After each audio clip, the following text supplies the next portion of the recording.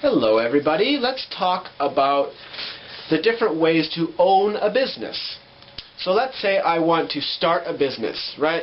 So there's many ways I can do it. The first way is a sole proprietor. Sole proprietor. Sole means by myself, just me alone, and proprietor means starter.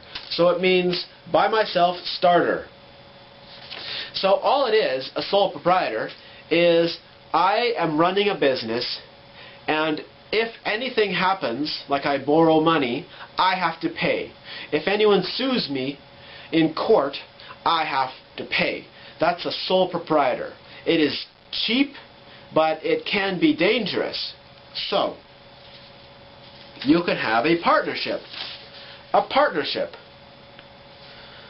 A partnership is just two people in the same sole proprietorship. So again, it's cheap because you just start the business and you don't have to do any paperwork or any legal stuff. You just start the business and it's a sole proprietorship.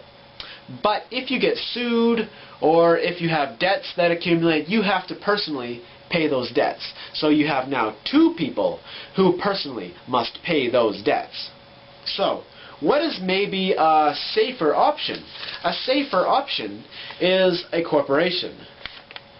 A corporation is a legal entity, like a legal body, a thing, that if I put $100 in, that's all I can lose. I put $100 in, and once the $100 is gone, the bank cannot come after me for the $100, you know, sort of. I mean, in real life they can, but in the textbooks it's written that, you know, if you're having a corporation, you're not responsible for the debts of the company.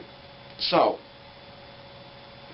a corporation also has lower liability, sort of, for lawsuits. If somebody sues your corporation, sometimes it's harder for them to get money.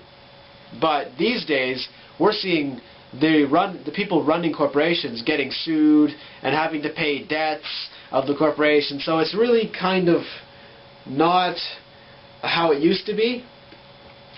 So then we get into a limited liability.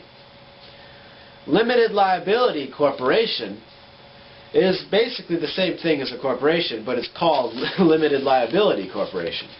Limited means like only a certain amount, and a liability means we have to pay.